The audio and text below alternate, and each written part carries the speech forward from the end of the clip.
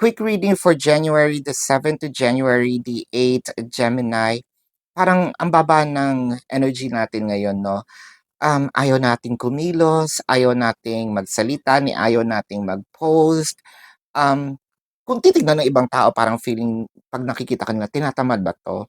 Or para kasi tulog ka ng tulog.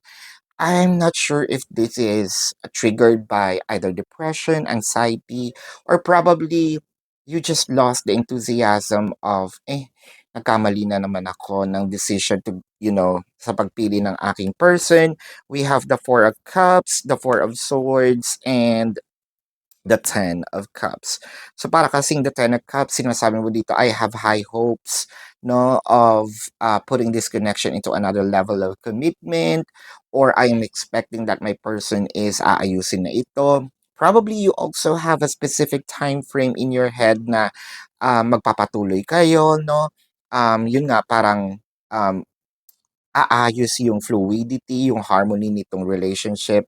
But then again, either meron ding pangako na napako, so parang sabi mo, wala na akong tiwala, no? So this is your quick reading for January the 7th to January the 8th, Gemini. Predicting future is my purpose.